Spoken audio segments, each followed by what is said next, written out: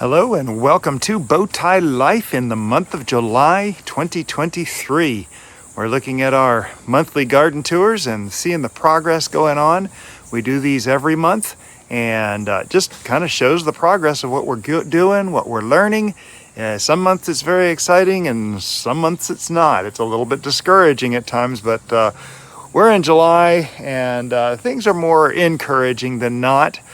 We are in the panhandle of Florida in Destin, and so it's a little warm. Now, the interesting thing about Destin, we have a microclimate here that way about 7 blocks we have the very large Choctawhatchee Bay, and over that way in about 7 blocks we have the Gulf of Mexico. So our little town here, the temperatures tend to stay pretty standardized, pretty close to the same most of the time. In fact, the past couple of weeks we've had some pretty warm weather for us, and the lows have been in the low 80s and the highs have been in the low 90s, so a total of a 10-degree difference from night to day, which is really not very much. Most places get 20 degrees or more difference, but because of our huge bodies of water on each side of us, it kind of keeps that temperature stabilized. Now, we did just have one of our subtropical rains. We had some great subtropical rains yesterday.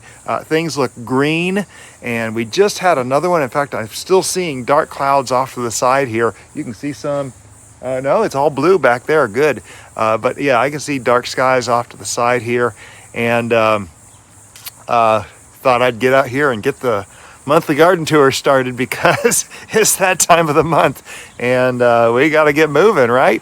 So let's just take a look and see a few of the things we've done and a few of the things we've learned in the garden this month. Here we go. Oh, by the way, I'm wearing a special bow tie here. This is from a friend of mine that found this in St. Thomas. It's actually laser etched wood, and it's one of my favorite bow ties. Very difficult to tie because getting the wood bent around each time. No, I'm just kidding. It's one of my very, very few clip-ons. But anyway, it's one of my favorites. So, all right. All that being said, let's get on with it. Oh, well, let's say one more thing here. If you're just stumbling along finding our channel, be sure to subscribe. We release videos almost every single day, and we'd love to have you along. For those of you who are returning, who already have subscribed, thank you for watching. Thank you all for watching this video. I just get so excited when I get out here in the garden. It's energizing to me, and so many things happening. And when you get to plant things from seed and watch them grow and watch them develop, I just think that's very exciting, and it's very rewarding and fulfilling to see things develop and see things produce fruit that we can eat. And it fascinates me. So, all right, promises. Anyway, let's get on with it. Here we go. Hi, I'm Bowtie Dave.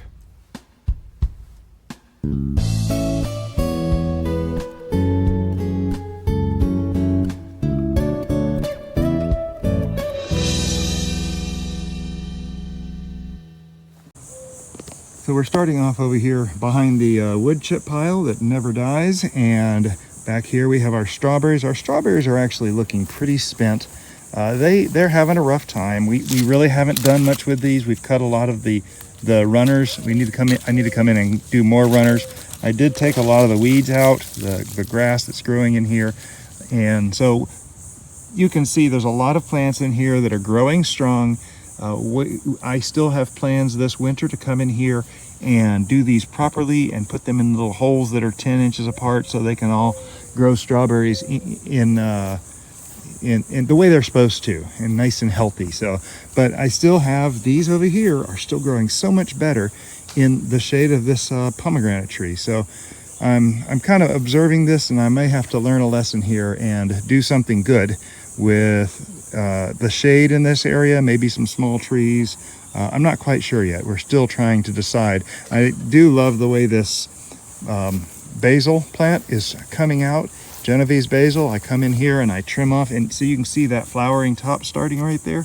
And what I do is I come down, and you'll notice if I trim off just right there, and right where I trimmed it off, you see there's 2 branches, one here and one here.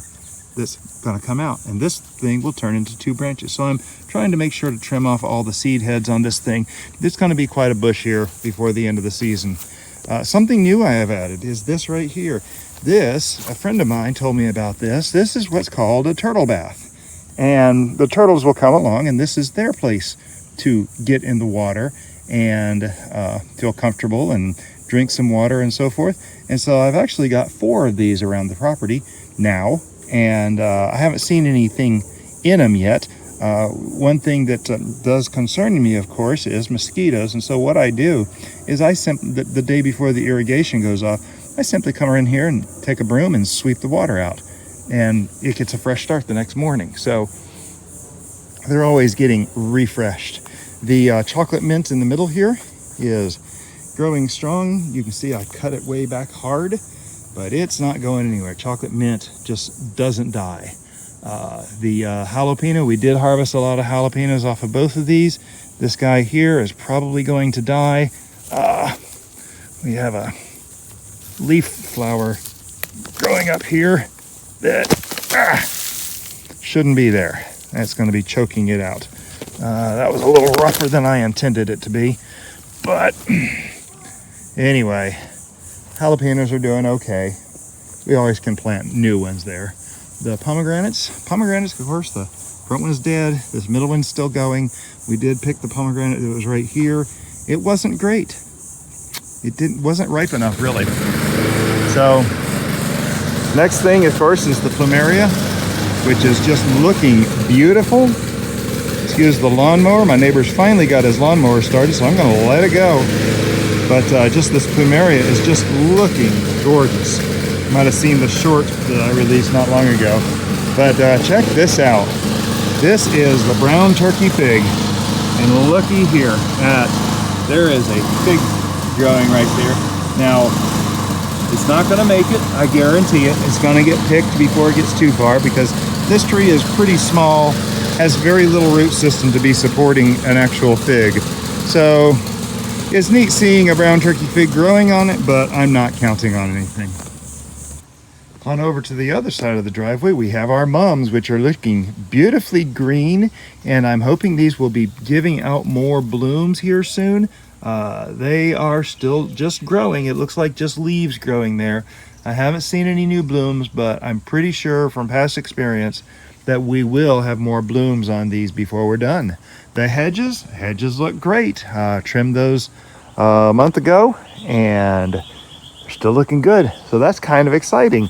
We did have a Christmas in July party a few days ago, and I even put out a couple of logs. We had some deer, the wire frame deer over here. Wow, birds are out today. But anyway, so the fig tree is looking really good. There are no more figs developing on it. One thing you'll notice, this old growth here, I did feed this tree, and you'll notice all the new growth is looking a whole lot better. So this is getting a little bit better over its nutrient deficiency. Of course, I don't believe any figs growing on this. We do have of course, you did see the one fig on the fig tree. Oh, I spoke too soon. Looky here. I may have to just come and bag this thing just so the birds don't get to it. See if we can, by chance, get a right fig. I doubt we will, but we can dream and give it a little boost.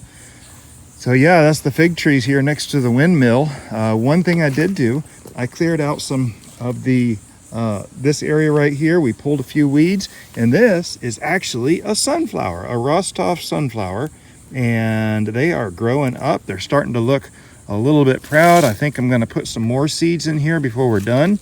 But I do come in here and try to pull these weeds every once in a while and keep them under control. This is amaryllis right here that we planted last year. I don't think that thing over there is a sunflower. I'm pretty sure it is not. I haven't decided yet whether it is or not.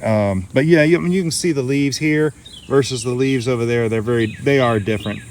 So I may have to pull that, and we'll plant some more seeds in here. I have a ton of these Rostov sunflower seeds. This orange bell has given us a couple of very small bell peppers, and I noticed Just this morning, we have a new bud coming right here, and I see right there, there's a couple of tiny ones all over the place. We may have to do something with that and give it some encouragement in the form of a little more food. This is a yarrow, and some of these buds are obviously spent, but look, this thing is just producing and producing. I need to deadhead these and see if it will continue to give blooms. The green globe artichokes in here, I have started to feed them officially, so hopefully these things will start taking off again. This is their first year on the ground. This one here is still looking rough. I'm not exactly sure. It could be that the old sunchokes are getting in the way, so I may need to come in here. Well, I need to come in here, get rid of the sunchokes that are growing wild here, and get them back under control. There's a couple over here, and this is a sunchoke, that's a sunchoke. All these are sunchokes, which we've covered before. It's this wall of things right here. They grow up to 12 feet tall, and the edible part is the tuber at the bottom. And it's a very perfect substitute for diabetics for potatoes, because potatoes drive our blood sugar. I'm diabetic. Potatoes drive our blood sugar a little bit wonky, and so the sunchoke tastes just like potatoes, but it has inulin in it, and it doesn't have the starches that potatoes have, and it doesn't drive our blood sugar up. So very good thing to have around for a diabetic. By way of a tree check, you can see the American sycamore tree is looking strong, but this is the golden thing right now. This Crepe Myrtle, pink blossoms everywhere. It looks gorgeous. I am just so excited to see how beautiful these two trees look. Well, the one tree looks, the other one's a little weaker on the blooms, but it still has some blooms. Looking very good. This is what I love about these Crepe Myrtles. They're kind of a scrappy tree, but that doesn't really bother me. You can mow the stuff up that it drops and add it to the compost. I know I've been saying for a very long time now that this is the doomed pear tree. I have decided it's going to get cut out. We are not replacing it. The morning sun comes in right through here, and I want to get these other three beds developed. But it kind of creates a nice bit of morning sun for whatever we have growing in here. And I think I just saw our glass snake. Oh, let me see if I can catch him. Nope, I do not see him. I thought I saw him just right back over here, but I do not. Caught it out of the corner of my eye. Oh well. Anyway, so yeah, the cedar up here is looking okay. We'll get over to the Pindo date in just a minute. So our front pollinator bed is looking just wonderful. There's a little bit of ugliness in there. I know some of the zinnias back here I need to deadhead. I have been working to deadhead these and stay a little bit more on top of it and get more flowers out of it. And so yeah, this is it's been going very good.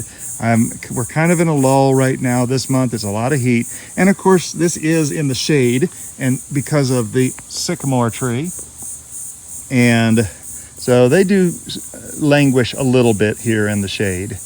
We have some yarrow back over here that's not blooming, but just a tiny bit. But it is about a year old, so I'm not expecting a lot, especially in the shade here. So this is not unusual. There are still a few Nasturtium growing back there, no flowers. But one thing, check out the onions. Oh my goodness, they look terrible. These onions just are languishing. They're getting all flattened out. But you'll notice, see, the head here is getting all developed. This is getting ready to hit the ground somewhere and start a whole new plant. And I can go in here and I can stick that down like this, and it will start a whole new plant. I might have to do a pin. There's not quite, well, there's another one over there that's almost ready. That's good to see. The angel trumpet plant is growing. We actually had a flower here not long ago. Yeah, there's the remnant of it. It was very short-lived, and I'm sure it was pretty at one time.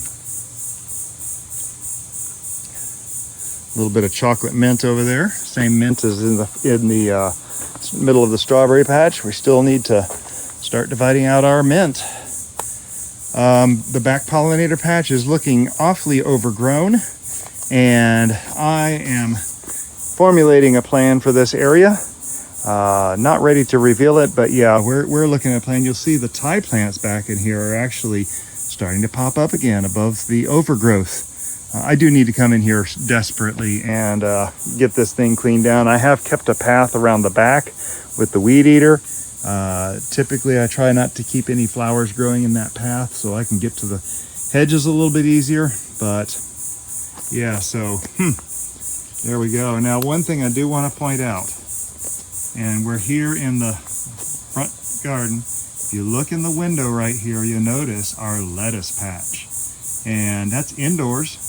I've been trying to grow lettuce for years. I've had some success occasionally, but we are growing it in there in this sunny window. It gets the morning sun, and those lights are in there, keep it additional sun throughout the day, and our lettuce is growing strong. Very excited about that. Mrs. Bowtie is too, because she gets her silage, which she loves. So on to the next area. The top two of the tiered beds are looking semi-strong. Now remember, we had sugar snow peas here, full of sugar snow peas, but now that we have the shade on here, I'm doing an experiment with beans down at this end. Now this end doesn't get a lot of sun. However, right now you can see there is some sun hitting this area. So I'm hoping these beans can grow strong and maybe start producing on this end. On the far end over here, getting a little bit more sun, is 4 on each side, Roma tomato plants. And like this one down here is kind of struggling, but a lot of these are looking good. There are some buds on these. You can see right here, there are some buds just forming. And over here, this one back here on the right is my big performer right now. And you can see there's a whole rack of buds popping out right there. I haven't really paid much closer attention. Oh, I hadn't seen these yet. There's another rack of buds. So these should be Roma tomatoes. I do feed these. I do try to keep the grass pulled back. This is just overgrowth from the path. Eventually I would like to cover this path with weed fabric so that doesn't happen. The basil back in here is growing on both sides. There's actually, this basil just wants to grow, and it's amazing. I'm just doing the same as the other plant that I talked about, and trimming off the flower heads when they come, and they just keep bushing out. I do want to point out one new addition that I added about a week ago. There is one rosemary plant down here, and this thing was one of the ones we grew from cuttings. Oh, it smells so good. We grew it from cuttings from our big rosemary plant in the backyard. And I've got this one. Oh, I forgot to show the one over in the strawberry patch. It's right next to the Plumeria. It's growing strong. And then there is yet another in the front pollinator bed that's laying on its side right now because I haven't planted it yet. Got to get that planted. So anyway, more basil down this way. Tried to redo onions in here. I think I've got one onion plant coming up on the other side, and I do not see it anymore. So I guess no more onions. Oh, yep, I see it. So at this point, it's kind of humorous, but I have 2 onion plants, trying to keep them protected here. I planted several of these in here. These were older onion seedlings, and I'm hoping they'll develop a little bit. We'll see in just a few minutes what the seedlings are doing, because they actually did develop and do stuff. But these I'm hoping to get a little bit more out of so we can have some onions later in the season. Here next to it you can see Nasturtium growing. There's occasional Nasturtium plants all through here, trying to get rid, or at least shoot off some of the slugs and snails with those. The asparagus patch, of course, is still overgrown in the back. There's a couple of basil plants in the front that are about the same condition as all the other basil plants. We have our asparagus up here, and I just noticed, look at the yarrow here. It is getting way grown over, and we're gonna have to dig that out and make sure that it gets a little space to grow from all these encroaching things that will probably choke it out. It is kind of languishing. It does get some decent sun, but obviously not enough to thrive like the one in the artichoke bed does over by the windmill. So I've got to get back in here and start taking care of this thing. There are so many places in the garden, and I get excited about some areas, my ADD, and I forget about other areas. But the asparagus, she be growing. The asparagus looks good. Very happy about it. Hopefully in the next year or two we'll start getting fruit from that. And I'd like to see this, of course, cover the bed. We'll have to plant some more of these from seed. I did want to show the Pindo date here, and again I'm looking at a very bad angle, but you can see all the dates forming up in there. Those round things are Pindo dates, very different fruit. I haven't harvested any this year. I intend to, not off of that bunch though. I'm just gonna have to get to it when I can, and I'll wait till a good bunch comes along. You can see more coming through over there. Those are all dates growing up there. Tons and tons and tons of them. But it's producing strong. Another bunch over here. And I can see another spike. Barely see a spike coming up in the top up there. I may have to get a little more aggressive and get up there and get that one covered with a bag. The pink grapefruit tree is still suffering a bit, but it's starting to put out leaves and branches and stuff. This suffered from the Christmas freeze last year. This is, of course, 2023. Christmas of 2022, we had unseasonably cold temperatures. Killed a lot of things, including that orange tree, Satsuma orange tree back there. Killed the scion wood, but it didn't kill the rootstock. So we're looking at possibly learning grafting once we can get some better scion wood to put on top of that. That's the scion wood is what you actually want the fruit from. So the grapes, I gotta show you the grapes. So here in our wooden archway, very exciting. You come in here, it's just thick, thick, thick. This is thicker than ever, and I need to go ahead and extend this. I was planning to make this twice as deep, but if you look up here, I have one vine that is producing real grapes. And the friend who gave them to me, ooh, that one's kind of soft. I'm gonna try that one. Oh my goodness. Oh, wow. It's a seeded grape.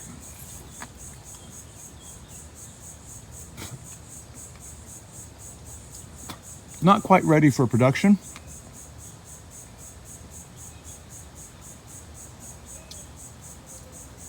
A lot of seeds, but still needs a little more sweetening up. That was actually pretty good though. The friend who gave this to me told me he has scuppernong and muscadine grapes, and the scuppernong stay green, get a darker green as they are ripe, and the muscadine get purple. So we're pretty sure that this is a scuppernong. I sent him a picture. He doesn't live very far from here. I sent him a picture of the grapes and what they're looking like, and he said, I'm pretty sure that's scuppernong. So he's not a horticulturist or anything, but he is a plant grower, loves to grow.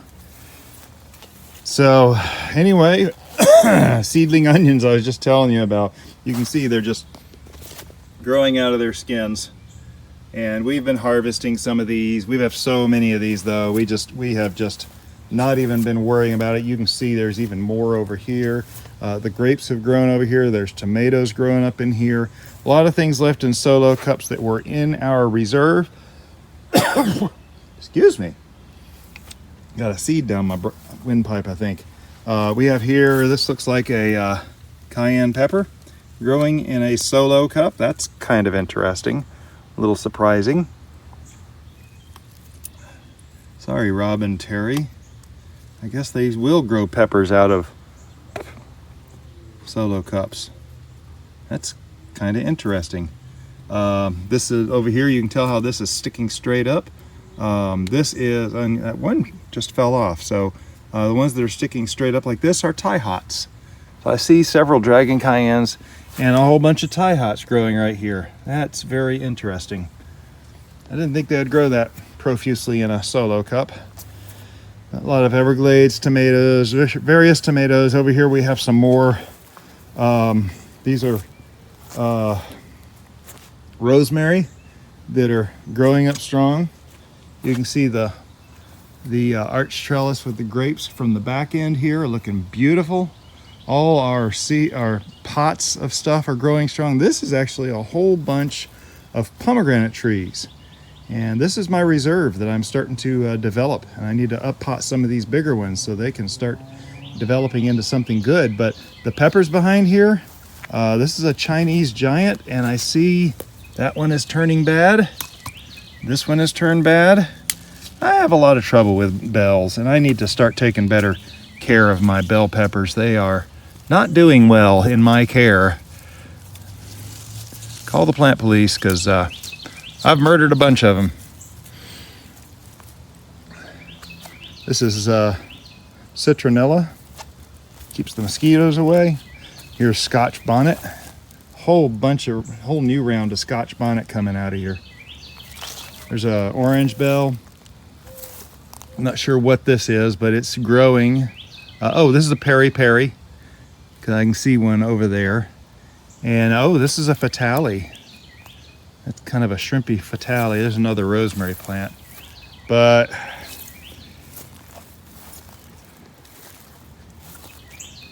anyway, there's more citronella. Not sure what this is right here. I got it all propped up with sticks though. It's probably a Chinese giant bell, the way I've got it all propped up like that. Jalapenos. Ooh, these jalapenos are getting close. And I've said it before, I like to wait till some of these jalapenos turn red, and then I'll harvest the whole bunch of them. We get green and red out of it that way. A poinsettia, another citronella, and of course the blueberry patch. Of course, we end on the blueberry patch. This blueberry patch has just been very impressive. I think we only harvested about 20 pounds this year. Part of that was because we didn't get in here and harvest. I had a 2-week trip right at the peak of harvest, and then there's another trip in there, and it was just not a year. I did have friends come over, and we did not weigh their harvests, but that's another story. I'm estimating it's probably around 20 pounds that we got. Last year we got 31 pounds out of this area here. I weighed almost every single harvest out of this. So that's the front and side gardens. Some things are growing, some things are not. Weeds everywhere. I know. I'm most excited about the Plumeria, the grapes. Hopefully we'll be getting artichokes, real green globe artichokes out of these beds. If I can keep those things fed and turning green and growing strong, that's going to be the big thing. I'm having a little trouble with that. But with my travel schedule I was just talking about, this summer, and it's unusual because we are selling our cabin in Arkansas, and it's been a challenge to keep this up and get things taken care of up there. But we are taking off again here in a few days for hopefully our last trip up there. But we'll have to see how that goes. The Roma tomatoes are getting ready to produce. They are of course a little slower than cherry tomatoes. And I want to see these beans start producing. It's another round of beans up here, so that would be wonderful if those would start to produce some fruit. But yeah, the Plumeria, I'm just so tickled pink. I've got to figure out where to put that in the ground and get it in the ground somewhere so that it will thrive. I don't know how long it will last here for us, but I'm intending to take cuttings from it and do the same. The person who gave it to me had taken cuttings and rooted the cuttings. So I'd love to have a couple of cuttings sitting around. So if and when that does die, we can grow it again and just do it again. Those Plumeria, one of my favorite flowers. And of course the brown turkey fig. half of me wants to just leave that thing, see how big it gets. Those things are supposed to get pretty big, but the challenge is it's in that little pot. Well, little, it's a 5-gallon-ish pot. It's about 2/3 full of soil. I know those roots go out at the bottom, so it's getting into the earth, but I don't want to hamper the future growth of that tree by just my vanity of wanting to keep a fig. So anyway, very excited to have another grape too that was almost ripe. Oh my goodness, that was very cool. So I was thinking about bagging those, but if it's a scuppernong and it's not going to turn purple like the muscadines do, according to the person who gave them to me, then I might just let it go and see where it goes. This is a year of learning. There's not very many grapes up there. Next year, of course, this is its second year. Next year, the third year, it'll produce larger grapes. And then up to about the 4th or 5th year, those bunches of grapes are supposed to be getting bigger and bigger. And I think that would be cool. So we'll just have to see what happens. Anyway, so that's the front and side gardens this is July of 2023. It looks like we might be getting a little more rain. In fact, I don't know if you can see, we have some dark stuff coming up here. Just half an hour ago when I started recording this, there wasn't anything over here, but we are having these rounds of kind of subtropical storms, little cells coming across. So we kind of have to get what we can when we can on these things. But anyway, so yeah, we'll be going back here into the outer beds. There's one exciting thing, well, a couple of exciting things back there in the outer beds. That'll be part 2 of our July garden tours. And then, of course, the raised beds, the Joseph beds that we're growing some special stuff in. And we have actually started our second crops. And this is the first year I've been diligent enough to actually rip out old cucumbers, rip out, well, fake Kajari melons, and put in new seeds. And I'm very excited. My grandson Emerson helped me grow some of those cucumbers, and so hopefully we'll have a whole new Emerson cucumber crop over there. But anyway, be sure and subscribe so you don't miss the other parts of these garden tours. We do release videos almost every single day, and on mostly about gardening, sometimes about life. Now I did just edit one that was just kind of fun. Me and my son and some people eating very hot peppers. So we're a little goofy that way, but I think the video came out really good. I'll be posting that here shortly. But anyway, as I've already said, if you're just stumbling along finding us, please subscribe. Everybody, thank you for watching this video, especially if you're still with me. That is just fantastic. I so appreciate you watching the video and joining me in the garden. If you thought this was inspirational, educational, informational, or just plain entertaining, click the thumbs up and share on your social media. If you have any questions about anything I'm doing, or if you have any suggestions, I know I got to get that yarrow over here. I got to get those weeds pulled back. The Pindos, I've got to get a bag around it to try to keep a crop once. That's been a challenge. Someone asked me not too long ago what kind of bag we're planning to use on those, and I've got to find that. So if you're watching, it's coming. I'm going to do a video on that once I get the right bag. But anyway, yeah. The garden's looking good. It's so green. Everything is so green right now because of the rain we've had yesterday and today. And we're about to have some more, I'm afraid. But no one's complaining, certainly not me.